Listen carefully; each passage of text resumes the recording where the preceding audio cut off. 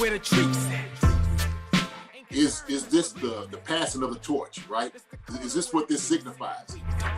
It comes down to that front office and what they feel is most important. The champ is here. We've touched down from a higher plane. Why you landed here? We always look forward to that week because it was always intense. You know that we ain't coming back. We about to. The man, the myth, the legend, Dante Hall. My favorite player growing up was Dante Hall. I love you guys in the show, but Dante was my guy. Get to dashing because you done on the warfare.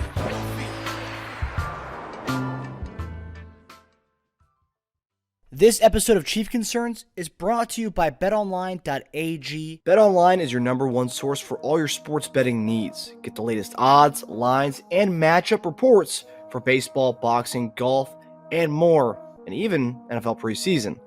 BetOnline continues to be the fastest and easiest way to place your wagers, including live betting and your favorite casino and card games available to play right from your phone. Head to the website or use your mobile device to sign up today and get in on the action. Remember to use promo code BELIEVE for your 50% welcome bonus on your first deposit.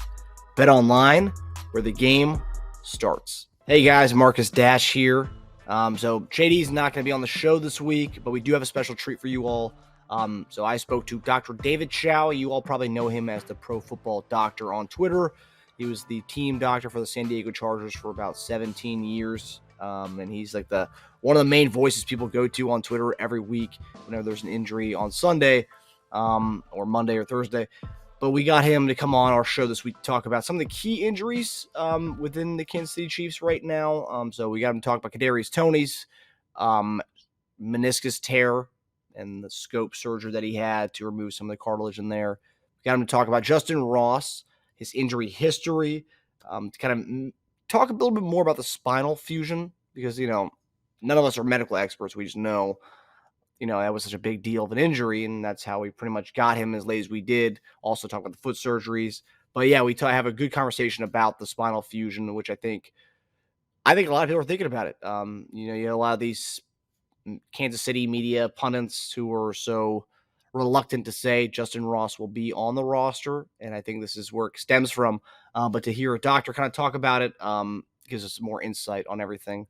Then we talk about L'Jarius Sneed's knee swelling, which I don't know about you all. I'm getting kind of worried about this. The guy didn't participate in any offseason activities. Then all of a sudden we're getting to, we're getting to not mid-August, but beginning of August here. The guy's in and out of practice on a pitch count. I know he had the whole knee swelling or the knee injuries back in the playoffs, but he played through it all offseason. He didn't do anything. Now he's on a pitch count, in and out of the lineup, and continuing to sit with his knee swelling. So hopefully it's precautionary, but I want to know what a doctor's got to say about that. A guy who's been in the trenches for 17 years in the NFL, he knows a little bit about when a team reports knee swelling, what that really means. So we kind of take a deep dive into that. Then lastly, we talk about Pacheco's offseason hand surgery and the torn labrum surgery that he had. Just to talk about that, I know some people are concerned with him wearing the yellow jersey still. And they also talk about guys like Deneric Prince who've really turned it up with Isiah Pacheco being on a non-contact restriction so far. But all eyes are on August 20th where he'll be medically cleared for everything. But the doctor's got a lot of optimism in this report with Dr. David Chao. I pushed back on some of the stuff he said, mainly about Justyn Ross. But I did want to talk about Justyn Ross a little bit before we dive in to the interview I had with Dr. David Chao. So Justyn Ross, I'm starting to see, obviously, we're seeing media clips every day, him having a highlight catch every practice this week. It seemed like every day he had something like that this week. But then you see a lot of people who may have been reluctant to say that he'll make the team. Everyone's saying, oh, yeah, well, I think he'll make the team now. And we're hearing that from so many like Kansas City media outlets, like Airhead Prize, one of them, Airhead Addict. How about those Chiefs? You're starting to see people come around a little bit, but it's weird because it's like, why are you so reluctant to say, fine, he'll make the team now?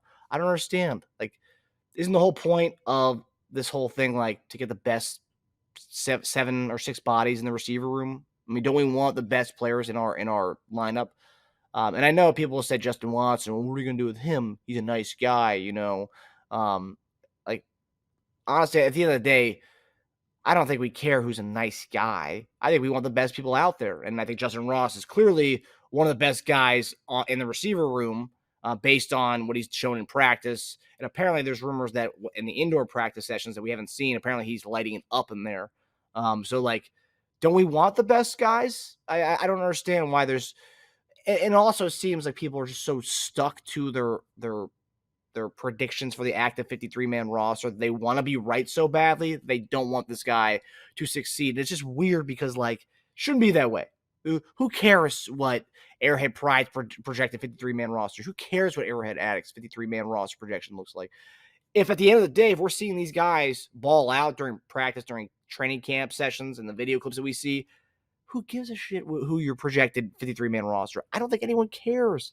Really, no one cares. We want the best guys out there. We want to win. I don't think we care about how about the Chiefs projections. We don't care about Arrowhead Addicts projections. We don't care about Arrowhead Pride's predictions. We don't care about our predictions. We don't even have 53-man predictions because we want to see the best product out in the field. And if Justyn Ross is that guy, then he's that guy. But Justin Watson, he's a nice guy. He interviews well. Who cares? I mean, that's great. He's a nice guy. That's awesome. You know, maybe he'll get a job, you know, in media after when he's done in the NFL. But, like, who really cares? I mean, I've seen so many of these things this week. Oh, like, you know, Andy Reid said some great things about him. Oh, yeah? Well, I could point to a million other things where Andy Reid said a lot of great things about a guy, and then the guy didn't even make the roster. I got a good example. Josh Gordon last year. Josh Gordon, we were on the Josh Gordon train all year last year. And what happened? What happened? Josh Gordon didn't make the team. And we wanted Josh Gordon to make the team. He didn't make the squad. But we heard a lot of times the receivers coach talking great about Josh Gordon. Andy Reid saying great things about Josh Gordon, and he didn't make the team. So take that for what you will. When a coach says a lot of good things about a guy, the niceties don't always equal a spot on the active roster. So again, I think it's great to see a lot of people coming around on Justyn Ross, but why were people so reluctant? It was like almost like they had a side to these things. There is no side. We're on the same side. We should all be on the same side, and that is we want the best 53 guys to be on the active roster. So, like, this whole, fine, I guess I'm coming around to Justyn Ross. Why are you doubting him in the first place? And why did it seem like you're so reluctant for that whole thing? Anyway, I just wanted to say that. I wanted to clear the air on that because that really just – I've seen that a lot this week, and it kind of bothered me. And, yeah, if the team wants Justyn Ross being the active roster and if he's looking at the part as he is looking at all these clips – I think we're good to go with Justyn Ross being the active roster. Again, a lot of time left. We have all the preseason games to see how everything goes. And more practices, more things will come out around these guys. But right now, it looks like Justyn Ross is a lock to be on the roster. And it looks like this guy's going to be catching a lot of balls this year. A lot. You know, anywhere 10 plus is a lot for me for this guy. If he gets surpassed what Justin Watson gave us last year, great. But we'll see. A lot of time left. You got 3 preseason games. So, yeah. But anyway, we're going to get into our conversation with Dr. David Chao at Pro Football Doctor. You guys can see some of the stuff he has online. He does a lot of things as far as betting analysis, as far as injury reports, as it comes to betting your fantasy team. So when you're drafting, Sports Injury Central. Yeah, so SICScore.com, and you can look up all it's him, and he's got a couple other doctors on there who kind of look at injury reports on all sports. So if you are a betting degenerate, it's a great thing to look at. But yeah, Dr. David Chao, great guy, great follow on Twitter. If you're not following him, you definitely need to follow him. He's one of the guys we talk about in our conversation, but he's one of the few guys when Mahomes' injury happened in the Jaguars game who said it's a high ankle sprain, and a lot of Chief fans loved his report because he was right about it. He Right out the gate, we were all like, okay, great. It's a high ankle sprain when you go to Dr. Chao's report. Other people were like, oh, it looks like an ACL, whatever. It's like, no, Dr. Chao's saying it's a high ankle sprain, and he was right. You're going to love this conversation. I'd love to hear your feedback, comment below, and tell us what you think about this conversation with Dr. David Chao. Hey, guys, so we're welcoming on Twitter's, or I guess the famous Twitter doctor at Pro Football Doctor, Dr. David Chao coming on here. For those of you who don't know, a little history about Dr. Chao. He was a San Diego Chargers team doctor for a long time. And of course, all those fantasy people and bettors out there, of course, know you as sportsinjuryscore.com's one of the doctors behind that whole thing, giving people the best analysis from players' injuries, going to MLB, NBA, all things sports, right? Not just NFL. Yeah, Sports Injury Central, SICScore.com. We're the only site that gives injury analysis versus injury reporting. You've got a lot of great beat reporters in Kansas City. They'll report on the Chiefs and what have you. What we do is injury analysis, and that's the fundamental difference. Myself and the panel of doctors are all former or current pro sports team doctors. So insider knowledge, not insider information. Insider knowledge can make you a lot of money in the stock market. Insider information will land you in jail. So HIPAA, we respect HIPAA and all that stuff, but it's insider knowledge and with injury analysis to so forth. And, you know, by the way, this is not for COVID. I'm actually in surgery between cases right now doing this. I just finished an ACL moving on. And full disclosure, my son is a huge Chiefs fan. Wow. Patrick Mahomes is his favorite player. He's 10. I actually took him to the Super Bowl. He was very excited. And, you know, hopefully Chiefs fans like me, because during the Jaguars playoff game, we said, yes, that's a high ankle sprain, but he's coming back. And then, of course, there was all the worry about the high ankle. I was like, no, it's Patrick Mahomes. He's not a 5-7 step drop back foot plant guy. He can off axis, arm angle, change, flip the ball. I mean, he can get it done.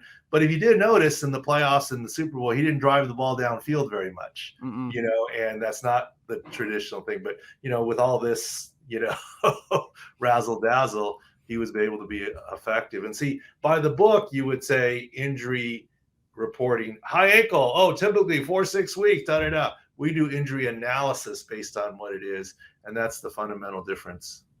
Yeah, I can tell you as a Chiefs fan and a bunch of other people in Chiefs Kingdom, when you said it was a high ankle sprain, everyone thought it was, you know, knee or something really bad. Well, obviously, high ankle sprain is nothing to play around with, but everyone thought it was, you know, a season ender kind of injury. And when you said that, everyone's like, okay, Apple Football Doc knows what he's talking about. Everyone's retweeting you, everyone's going with it. And then you had, of course, different pundits out there said, "Oh yeah, Patrick Mahomes is done. He's not coming back in there." And then, you know, well, you remember, you as a Chiefs fan, you remember how it happened. Jacksonville game, he he finished the series, right? Mm-hmm. Then came out sideline, got sent to the locker room, and everyone said, "Oh no, doom and gloom." So, well, it's a high ankle sprain. It didn't change. You know, maybe he's getting injected, wrapped. Who knows? Yeah. Obviously, we now know he got an X-ray. And then I said, he's coming back into the game. And when he came back, and he did not come right back into the game. I remember this. I was actually watching on my tablet. I was at my son's 10-year-old basketball game, right? And I was trying to do this. And people are going nuts on social media saying, well, he's not coming back in. He's on the sideline. Why is I'm blanking on your backup. Why is he still in there? Chad Henne. Why is Chad Henne still in there? Well, first of all, Chad Henne was moving the ball. Second of all, you can't disrespect Chad Henne like that. And so, he's back, run him right back in. Let him finish the drive, right? And then I said, he's coming back next drive, Patrick Mahomes. And he didn't, because it was a kneel down, right, at the end of the half. And I was like, don't worry, he's coming back second half. And of course he did, and so forth. So, I mean, it's just the overreaction when it comes to someone like Patrick Mahomes. I get it. You know, you're a fan. Fans are like that. It is what it is. Yep, and rest is history. It got a ring a few weeks later after that. So yeah, and it's good because check the box. So now I don't have to. If they lost, and my son would ask to go to another Super Bowl game. He wants to go. So now I'm like, okay. And after the last, I don't know how many, you know, on a media credential, which meant for free. This one I actually had to buy 2 tickets for myself and my son because I couldn't, you know, use a media credential. Bring it. I got to watch him, right? Mm-hmm. And he likes what 10-year-old doesn't, right? Patrick Mahomes. He's great. He's special. Something special, yeah, for sure. Definitely a box office attraction, as we like to say. And by the way, for 17 years, I traveled to Kansas City at least once a year. And you know what? Whether in San Diego or in Kansas City, I like the national anthem and the Chiefs stuff. I mean, I think it's kind of cool. And as a matter of fact, I did take my son last year to Kansas City, visited a friend, a former player, and went with him and his son to that infamous OT Bills game. You were at that game? Yes. Wow. Like one of the best non-Super Bowl games of all time. Oh, just like, like insane. The 13-second games we like to call it. Oh, okay, yeah. So obviously, using your expertise, there's a couple of injuries and guys who've had injury problems in the past who have been kind of highlights for our or training camp and all offseason talk. We're going to get into a little bit of that. So the first person I wanted to ask you about is Kadarius Toney. So Toney, first weekend of training camp, took a step during a return drill, hurt his knee. We find out a couple days later that he partially tore his meniscus. He had surgery to clean out cartilage. And there's been kind of this vague timeline as to, Toney wants to be ready for week 1. There's really no like firm answer on that. So my question to you, go ahead. Yeah, my question to you is, Doc, when you hear a partially torn meniscus and then surgery to repair it and cleaning out cartilage, how long a timeline do you give that before a guy is ready to go back and give it a full go?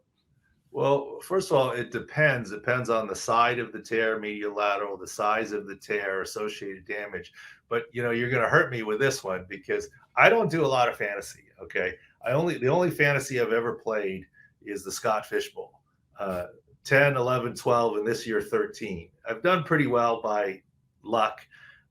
I've never really done fantasy before, but I figured I needed to. And it's sort of like going to 4 football games and it's 4 Super Bowls, right? I mean, the Scott Fish Bowl. I drafted Kadarius Toney before the injury. I do not see him as injury prone. I have great confidence in your medical staff and your head athletic trainer that whatever lingering hamstring issues he had could be solved with an off-season program. So I did not have Toney as injury prone. Now, of course, he comes up, this is a totally different issue. Look, when you play the sport of football, you are absolutely prone to injury, but that's different than injury prone. Look, I drafted him. I'm still hoping that he comes back. Is it week 1? I mean, look, I don't know Kadarius Toney. Return to play is always difficult. It's, how does the player feel, the type of player? He clearly is a speedster. But, it is totally possible that the Chiefs and Toney say, look, let's make sure you're 100% so we're not stopping this whole season. Let's not be so hyper-focused on week 1. We're defending Super Bowl champions. We want you in the long haul, long run. Is it possible he's ready week 1? Yes. Am I hopeful still, especially with my fantasy? Yes. I don't see him going on long-term anything. This is not going to be a 6-week IR deal, which they could put him on, right? I don't see that happening. Is he a lock for week 1? If it were the Super Bowl week 1 in terms of the timeline, he'd be a lock because it is, quote, just week 1. Andy Reid and company may take it conservative. So look, you're 85%. Look, we're good. Let's make sure you're closer to 100 and not be in and out, in and out. When you're back, we want you fully back. So we'll see what happens. But week 1's not unreasonable, but not guaranteed for that reason. Okay. Yeah. And I think one of the things people always say about Toney that they're surprised. I mean, he's not injury prone, right? But this, because the hamstring is totally different from the knee. Obviously, that. But if you look the way he plays, his hard cut, the way he cuts is so violent, the way he cuts on the football field. And it's like, man, and hearing that he had during a return drill, I mean, who knows what kind of cut he had, which may have possibly have done that. I mean, I don't know. Yeah, but that's what makes him great, right? His cutting ability. I mean, if he didn't want doing that, then I don't know that he's, going to be worth it, right? So you got to live with the good and the bad, right? Mm-hmm. I mean, I talked to someone at the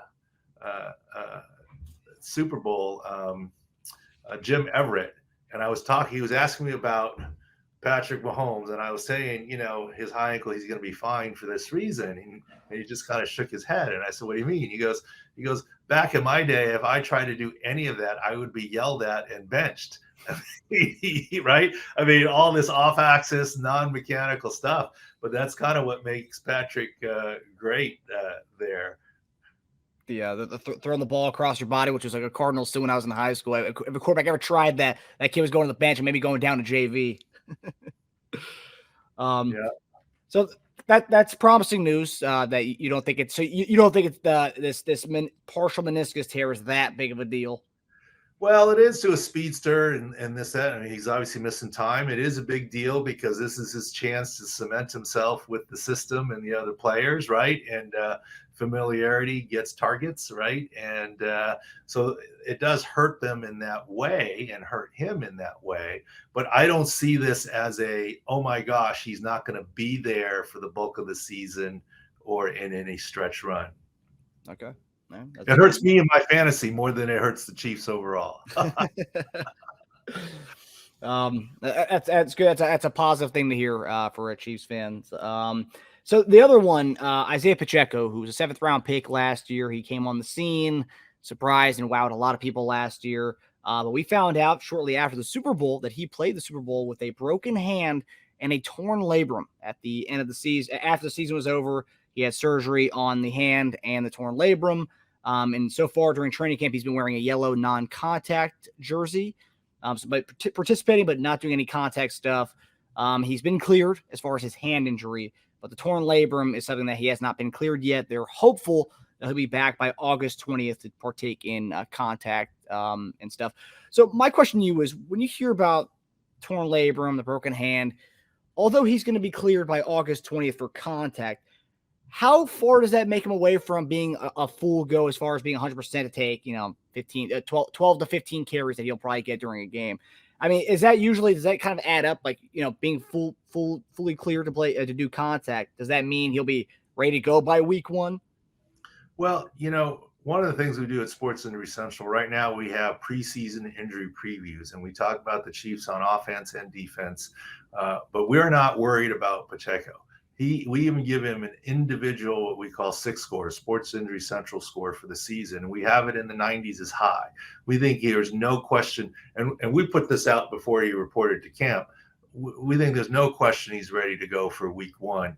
And whatever your expectations of Pacheco are for this year, I don't think the shoulder or hand are a downgrade at all. Look, it's a good thing that he is in a yellow jersey and practicing. They're just being taking cautions with him because his shoulder isn't necessarily 100% yet. But guess what? He's in practice. If he were on PUP, he wouldn't be able to practice with the team. So he's doing the install, run game, pass game, blocking scheme. He's a yellow jersey, but he's there doing the install. So that will serve him well going forward. Really no worries about Pacheco. The hand is a complete non-issue. The shoulder is a minimal, if anything, issue. He's in the 90s in terms of his health and 6 score, and we're confident. Wow, that's good. I mean, the one thing that I've seen some people on Twitter say, some of these pundits and experts, they talk about how the torn labrum, the way he runs, that could be something that could potentially flare up again throughout the season, being such a violent runner that he is. I don't see it. I mean, anything can happen. It's not the contact sport of football. It's the collision sport of football. I'd be more worried about him if he were a big-time pass catcher in terms of getting out there and exposing his shoulder with a catch radius. But in terms of running the ball, don't really have any worries. As a matter of fact, time and again, first of all, for your fans, there are 3 or 4 times more surgeries at the end of the season than during the season. So to have, quote, these surprise surgeries, they're only a surprise to you and the fans. They're not a surprise to anyone in the building. But what that also means is Pacheco, I don't know when he did it, likely injured his labrum and tore his labrum some point during the season. And we all never knew about it. And it's not illegal to keep that quiet. He did not have to be on the injury report. But, we used to have, when I was with the Chargers, 10 or 12 or sometimes 15 surgeries lined up, knowing that we're going to do this when the season was over, kind of thing. And I think what it goes to tell you, my confidence is Pacheco undoubtedly, and maybe if you get a chance to ask him or another reporter, how many weeks did he play with the labral tear? I guarantee you he played with it. So, and nobody noticed the difference. So I think he'll be fine. Awesome. That's great. That's great to know. He's been one of those guys I've been weary of as far as fantasy goes. Like, yeah, those injuries, I don't know. I may have to take a back seat on Pacheco as far as drafting him in the rounds he's supposed to go in some of the redraft leagues. The next guy is probably the biggest, one of the bigger stories. If he makes the team and if he excels, which a lot of people are anticipating this year, Justyn Ross, undrafted free agent receiver last year from Clemson. He was supposed to be a top 2-round pick if he never had any injuries in college. But in 2020, he had it was discovered that he had a congenital congenital fusion in his spine, a condition that he was born with that he didn't know about. It was called, I'm going to kill this name here, Doc, called Klippel-Feil syndrome. Close enough. Yeah. So that was something that triple file, but whatever. So he had, yeah, but if you can enlighten us a little bit more as to what that is. We've written extensively on it. Go to Sports Injury Central and go to the upper right, sicscore.com, and search icon and type in Justyn Ross's name. Obviously, he spells Justin a little differently with a Y, so don't get fooled with that. But prior to the draft, we said he's a great talent, but he's going to fall like a rock during the draft because of his neck issue. Whenever you have a congenital spine issue, that usually is already multiple levels. And when then you add a fusion, that's an additional level. A general rule of thumb, not absolute, is single level neck fusion gets cleared to return to play in the NFL. Multi-level, because of the stresses above and below, does not, because you cannot accept a 0.01% chance of paralysis. You just can't. So from afar, looking at all the things, not from insider information, but insider knowledge about how it works, I'm not sure, and I wasn't sure when the draft was coming around, that he would ultimately be medically cleared on his neck. Now, he obviously was a great talent, and he obviously was undrafted, and the Chiefs now signed him. And yes, he didn't play last year because of the foot. I'm not worried about the foot. The question is, am I missing something that he can ultimately be cleared for contact, or did something change? I hope he can. I hope he does well. I hope to be wrong on this. But here's my question to you. If he's a round 1 or 2 talent, if he's healthy, why didn't someone take him in the 7th round as a flyer? And, give him and figure out the neck and whatever. Every doctor in the league got to see him and look at his medical records, yet he went completely undrafted. Look, if the Chiefs thought he was medically going to be fine, why didn't they secure his spot by drafting him in the 7th round instead of waiting till free agency kind of deal? Because then you're taking a risk. I don't know the answers to those questions, and I'm not being negative towards the Chiefs, which I already told you I respect, or second guessing their brain trust. But I'm just saying, I'm still leery about his ultimate contact clearance. But then you could ask me, if ultimately he's not going to be cleared, why are they giving him all this practice time and working with him? And that's a fair question too. Maybe they're planning on running certain routes, not putting him in certain dangers and using him. I don't know. I haven't seen his X-ray, CT scan, or MRI. But at this point in time, halfway there, which is the draft, he fell like a rock with the neck issues. Let's see what happens. I wish him luck, and I wish him good safety. For the fact that 2020 is when they discovered this fusion in his spine, and then he gets all surgery. He went to the Pittsburgh Steelers doctor, Dr. Okonkwo, got the surgeries. Then he was able to come back the following year to play at Clemson for that final year.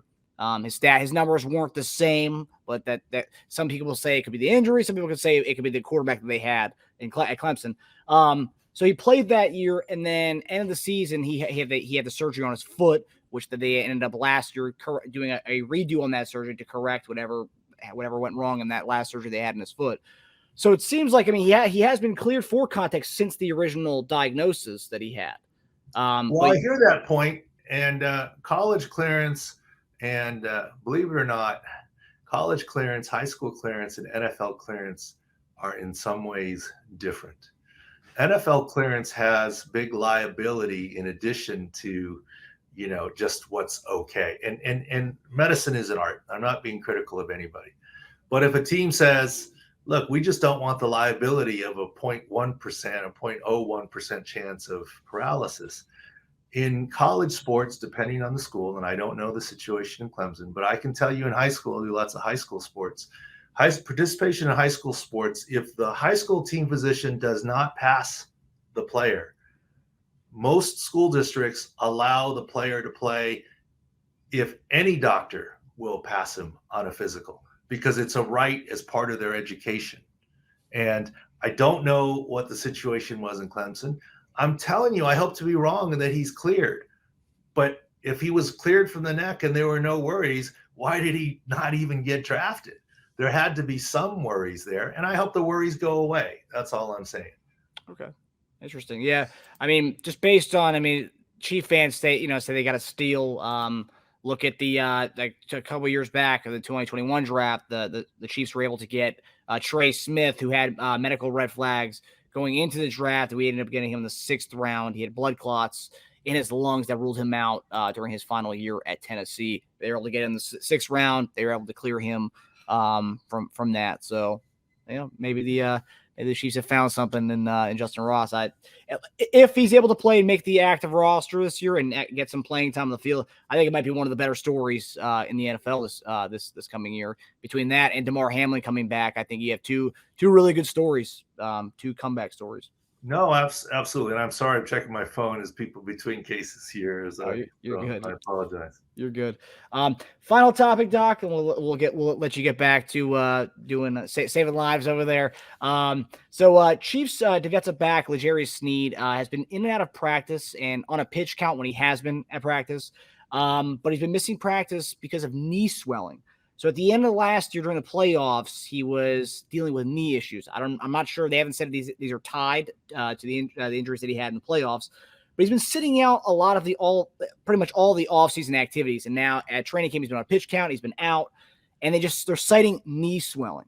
In your experience, when you hear about knee swelling, what does that mean exactly, especially when teams are holding a guy out for knee swelling? And is that something that could be potentially long-term? We hope it's just, precaution in the training camp and preseason. But I have some worry here for long-term issues in the sense of wear and tear on his knee with the swelling. He probably is in a category of what medically, this is a very fancy medical term, vet knees, veteran knees. In other words, gonna need his rest. He's not in the regular season practice Wednesday, Thursday, Friday guy. He's a practice during the defense install on Thursday guy, and he's not practicing the other times. He's going to need his rest to keep the swelling down, keep his knee quiet to make it through games. Do I think he can play in games and be effective? I think he can, but I think this is going to be an ongoing issue for him just to stay ahead of it and manage the swelling in his knee in terms of a long-term picture. So they're starting off that way, and that's probably good, but we do incorporate that into the Chiefs preseason injury preview, and lots of ways to sign up and get it with some new features. If you're a fantasy guy, why wouldn't you look at the health? Let's say both your running back choices are healthy, or all three of them are healthy. Why wouldn't you look at the field view that we have for the health of the offensive line or the health of the opponent's run defense before selecting 2 out of your 3 running backs, right? If they're all healthy. So it's not all just about, is this wide receiver healthy? It's what's the health of the DBs he's going up against this week, before you make a decision. And that's what we can help you with at Sports Injury Central. And obviously from there's lots of DFS and straight gambling implications, right? In terms of what's happening. And if you use the numbers and use a 10-point 6-score differential, blindly, we're at rounding up, we're at 59% over 3 years, just blindly taking the healthier side. And we'll see if those numbers hold up. It's a 3-year sample size, and that's kind of what we do. 90% is pretty good at all. More money in my pocket, Doc.